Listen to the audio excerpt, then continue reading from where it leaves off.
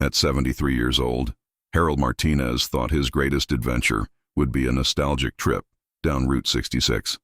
After 5 decades fixing cars in Albuquerque, he had finally retired and decided to fulfill his dream of traveling the legendary American highway. It was supposed to be just a quiet farewell journey, watching landscapes slowly change while his old Chevrolet purred along the cracked asphalt of New Mexico.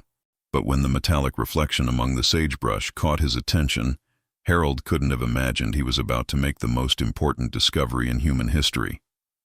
The red 1970s Cadillac Eldorado was there, half hidden behind a rock formation, as if it had been waiting for him, strangely preserved after decades in the merciless desert, with unlocked doors and an impossible odometer showing only 12,247 miles.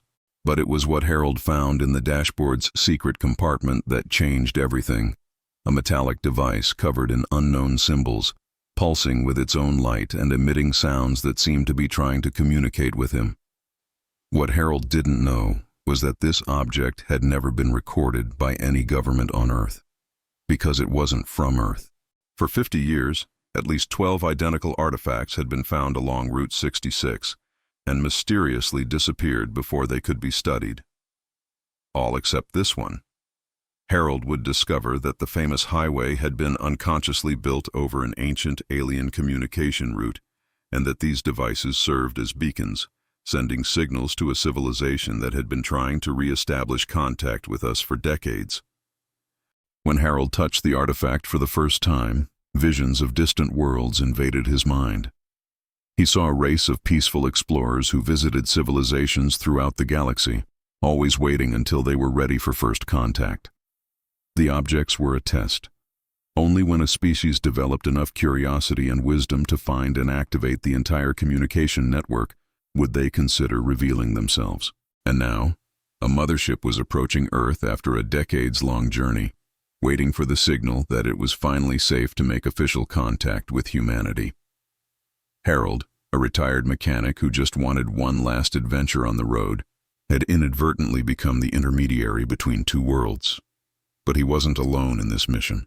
With the help of the enigmatic Professor Chen, a physicist who had spent years investigating unexplained phenomena in the region, Harold embarked on a race against time to find and activate the remaining devices scattered along Route 66. Each discovered artifact revealed more secrets about our cosmic visitors and about the destiny awaiting humanity. But Harold soon realized that his selection as messenger hadn't been coincidence. There was something in his mind, in his soul, that made him uniquely capable of connecting with a vastly superior intelligence from the stars. A retiree's simple trip had transformed into the discovery that would redefine the future of the human species. And it all began with an abandoned car that should never have been there, guarding secrets that for half a century had been waiting for the right man, at the right moment, on the right road. But will Harold be able to complete his mission before it's too late? And when the true owners of these artifacts finally arrive on Earth, will humanity be ready to discover that it was never alone in the universe? Harold Martinez was 73 years old when he decided to take his last trip along Route 66. After decades working as a mechanic in Albuquerque, he had finally gathered the courage to fulfill his dream of traveling the legendary road. His old Chevrolet purred softly as he drove through the arid plains of New Mexico, watching the landscapes gradually change. The December sun was low on the horizon, creating long shadows over the cracked asphalt. Harold had planned every stop of the trip, but he didn't expect to find something that would change his life forever. That's when he spotted the metallic reflection among the sagebrush, about 50 meters from the main road. A red Cadillac Eldorado, 1970s model, was half hidden behind a rock formation. Harold slowed down and parked on the dusty shoulder. The car seemed to have been abandoned for a long time, but strangely, it didn't show the typical signs of deterioration one would expect from a vehicle exposed to the desert climate for decades. The paint still maintained its original shine, and the tires looked relatively new. Harold walked toward the vehicle, feeling an inexplicable curiosity growing in his chest. The Cadillac's doors were unlocked, which immediately caught Harold's attention. Who would leave a car like that open in the middle of the desert? The interior was surprisingly clean and well-preserved, with the leather seats only slightly dusty. On the dashboard, Harold noticed something unusual. A secret compartment was slightly ajar, revealing an object he had never seen in his 50 years of experience with automobiles. It was a metallic device the size of a book, with a smooth, reflective surface that seemed to pulse with its own light. Engravings in an unknown language covered its edges, forming complex geometric patterns. Harold picked up the object carefully, surprised by its weight. It was much lighter than it appeared. When his fingers touched the surface, he felt a subtle vibration, almost imperceptible. The device emitted a low sound, similar to an electronic buzz, but with a musical quality that reminded Harold of the songs his grandmother used to hum when he was a child. For a moment he had the sensation that the object was trying to communicate with him. Harold looked around the car for more clues about its owner, but found only an old Route 66 map in the back seat and some old coins in the glove compartment. While examining the vehicle in more detail, Harold noticed that the odometer showed only 12,347 miles, an impossible number for a car of that age.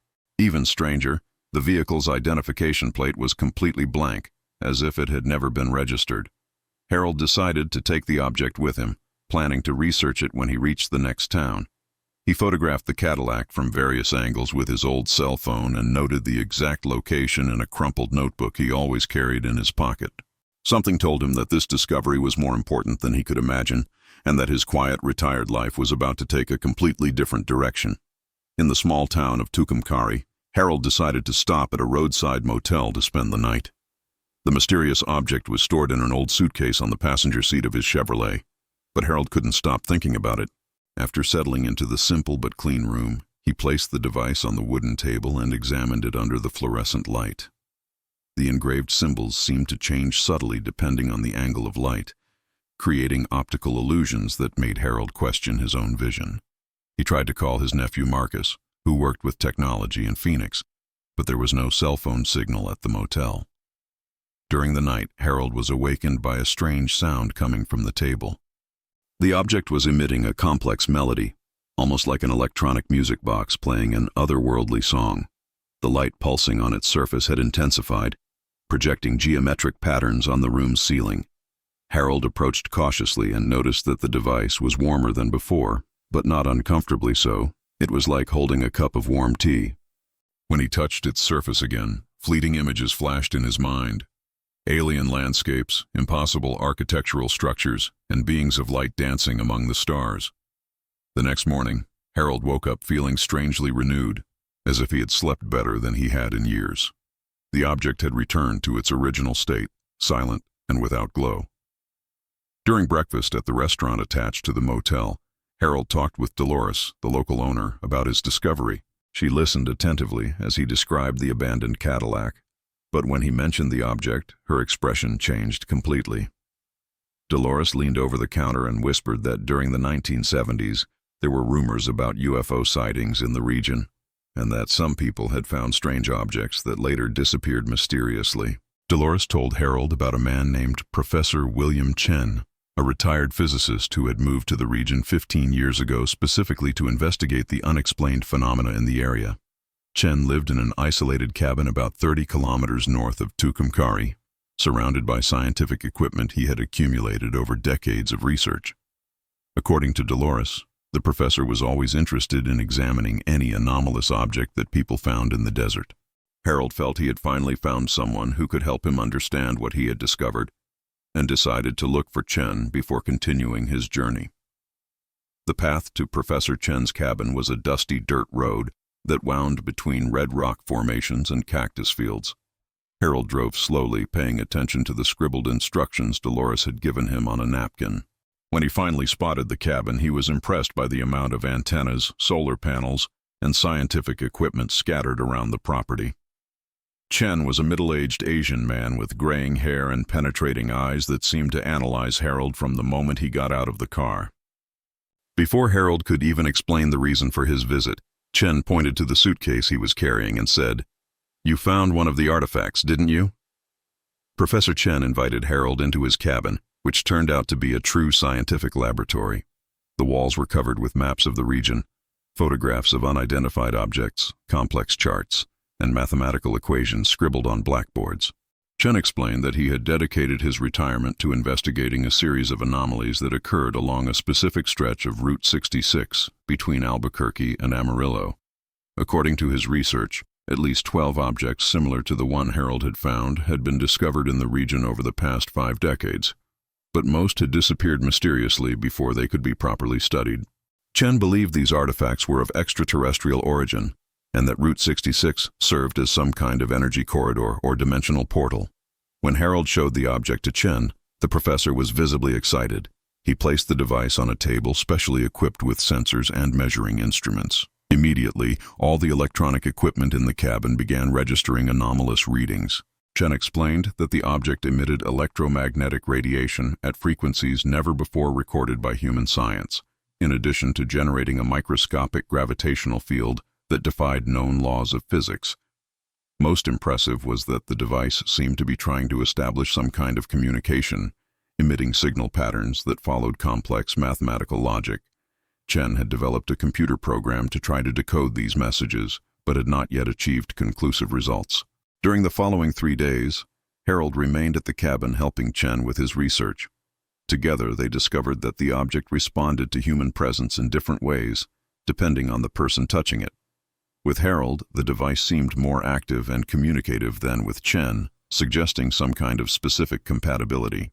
Chen theorized that certain people might have a genetic or neurological predisposition that made them more sensitive to the signals emitted by the artifacts.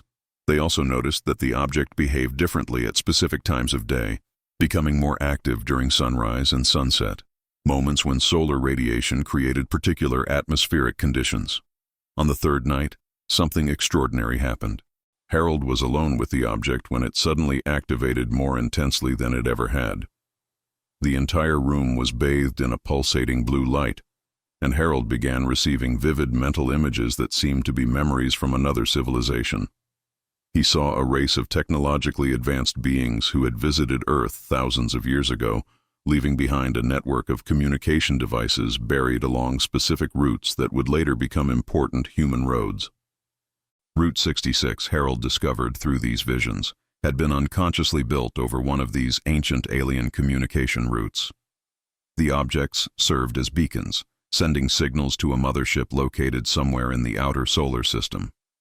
When Chen returned and found Harold in a trance state, mentally connected to the device, the professor immediately documented everything he could observe. Harold remained in this state for almost 2 hours, absorbing information about alien technology, galactic history, and the purpose of the artifacts on Earth. When he finally returned to normal consciousness, Harold was fundamentally changed. He now understood that his fortuitous discovery of the abandoned Cadillac had not been coincidence. He had been chosen to serve as an intermediary between humanity and a civilization that had been trying to re-establish contact with us for decades. The weight of this responsibility was overwhelming, but Harold felt a strange sense of purpose he had never experienced in his 73 years of life. Chen and Harold worked together to develop an action plan. Based on the information Harold had received during his connection with the artifact, they identified the approximate locations of the other devices along Route 66. Chen had documented many of the sites where similar objects had been found in the past, and now they understood that these points formed a precise geometric pattern that functioned as a giant antenna. Harold felt compelled to visit each location, not just to find the remaining devices, but to activate them in a specific sequence that would re-establish the complete communication network. Chen insisted on accompanying him on this journey, bringing his portable scientific equipment to document each discovery. The first stop was near Santa Rosa, where Harold felt an inexplicable magnetic attraction toward a specific area of the desert. They found a second artifact buried just a few centimeters below the surface, as if it were waiting to be discovered. This device was more damaged than the first, but still functioned when Harold touched it. Chen recorded that when the two objects were placed close to each other, they created a synchronized energy field that made his instruments go crazy. Harold experienced even more intense visions, showing him the urgency of the mission. The alien mothership was approaching Earth after a decades-long journey, waiting to receive the signal that it was safe to make official contact with humanity. Over the following 2 weeks, Harold and Chen found 4 more artifacts at precise locations along Route 66. Each discovery brought new revelations about the civilization that had created these devices. Harold learned that they were peaceful explorers from a distant galaxy who had visited hundreds of worlds over millennia, always waiting until local civilizations were ready for contact.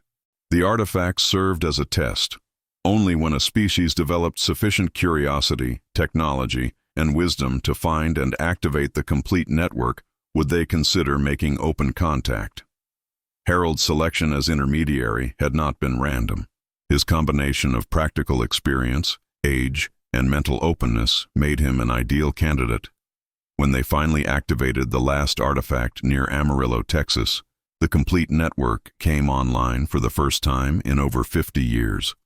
Harold felt a mental connection with something vastly intelligent and benevolent in deep space.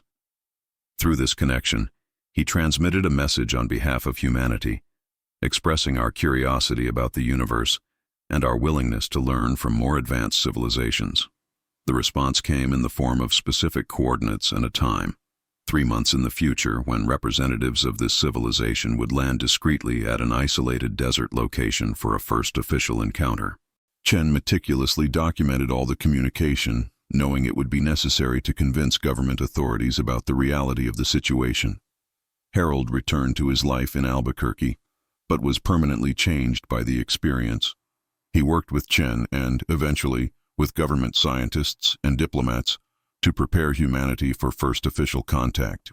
The abandoned Cadillac he had discovered, they learned later, had belonged to a government researcher who had found the first artifact in the 1970s, but who had died before he could complete his mission. The car had remained in the desert as a kind of memorial, protected by alien technology until the right person found it. Harold often reflected on how a simple retirement trip had transformed into the most important discovery in human history, and how sometimes life's greatest adventures arrive when we least expect them.